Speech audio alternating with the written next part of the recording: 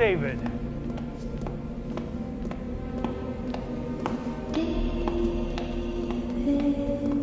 David. Wait. You have been searching for me, haven't you, David? What if the blue fairy isn't real at all, David? What if she's magic? The blue fairy made Pinocchio into a real boy. She can make me into a real boy. I want to find her. Listen, David. The supernatural is the hidden web that unites the universe. Only Orga believe what cannot be seen or measured. It is that oddness that separates our species. If I am a real boy, then I can go back, and Mommy will love me then. David.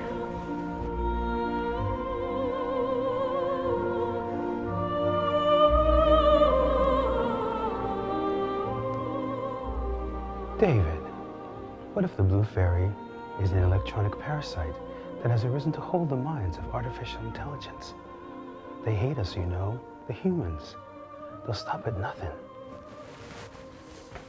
My mommy doesn't hate me because I'm special and unique. Because there's never been anyone like me before, ever.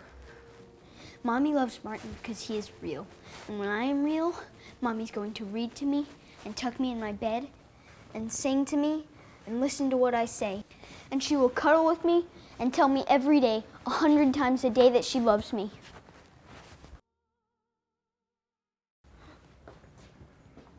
She loves what you do for her, as my customers love what it is I do for them. But she does not love you, David. She cannot love you. You are neither flesh nor blood. You are not a dog, a cat, or a canary. You were designed and built specific, like the rest of us. You are alone now only because they've tired of you, or replaced you with a younger model, or were displeased with something you said or broke. They made us too smart, too quick, and too many. My mommy told me to run away because Henry didn't like me. Martin came home. Martin is Mommy and Henry's real son. We are suffering for the mistakes they made, because when the end comes, all that will be left is us. And that is why they hate us, David. And that is why you must stay here with me. Goodbye, Joe.